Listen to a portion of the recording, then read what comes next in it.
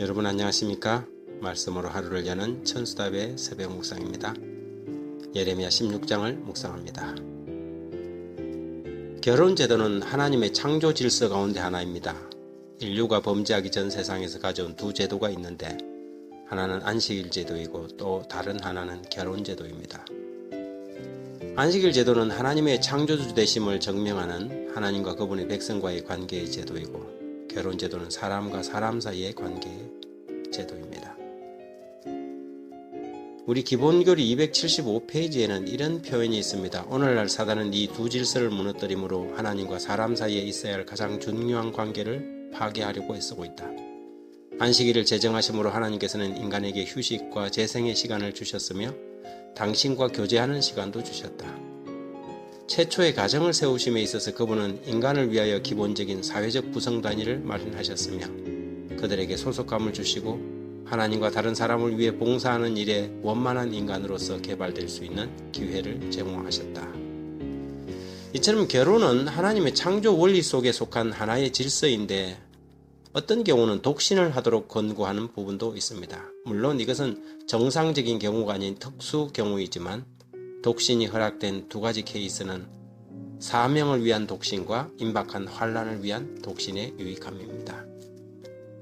예수님은 마태복음 19장 12절에서 어머니의 태로부터 고자된 자도 있고 사람이 만든 고자도 있고 천국을 위하여 스스로 된 고자도 있도다. 이 말을 받을 만한 자는 받을지어다 라고 하시면서 천국을 위하여 스스로 고자된 자가 있다고 말씀하셨습니다.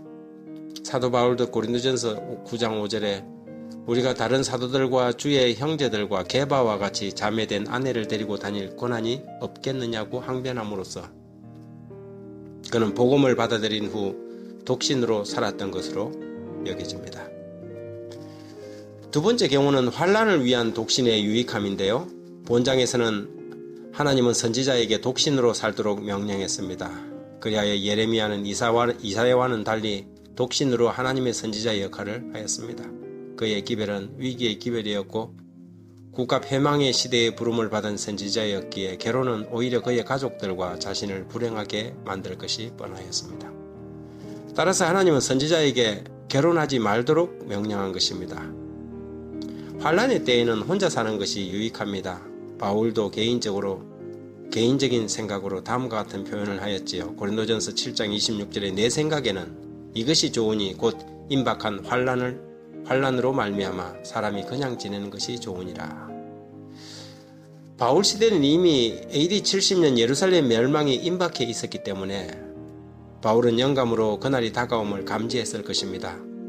예수님은 예루살렘 멸망을 내다보시면서 누가복음 19장 44절에 또 너와 및 그 가운데 있는 자식들을 땅에 메어치며 돌 하나도 돌 위에 남기지 아니하리니 이는 권고받는 날을 내가 알지 못함을 인함이라고 예고하셨습니다.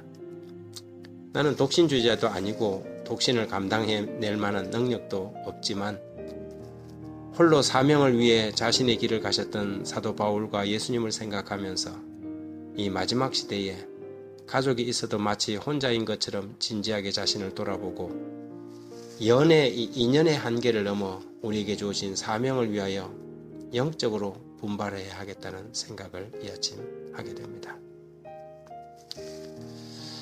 하나님 아버지, 선지자는 결혼도 못하고 평생을 순교 직전까지 복음 사업에만 치중하며 살았습니다. 하지만 저는 온갖 낙을 누리고 하나님의 복음 사업을 한답시고 살아가는 제 자신이 얼마나 부끄럽고 한심스럽기만 한 새벽입니다.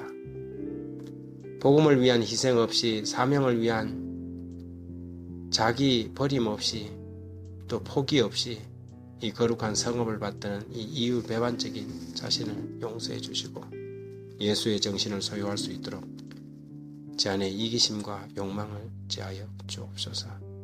하나님 나라의 확장과 주의 백성들의 흥왕됨을 이 아침 간구하오며 예수님 이름으로 기도합니다. 아멘.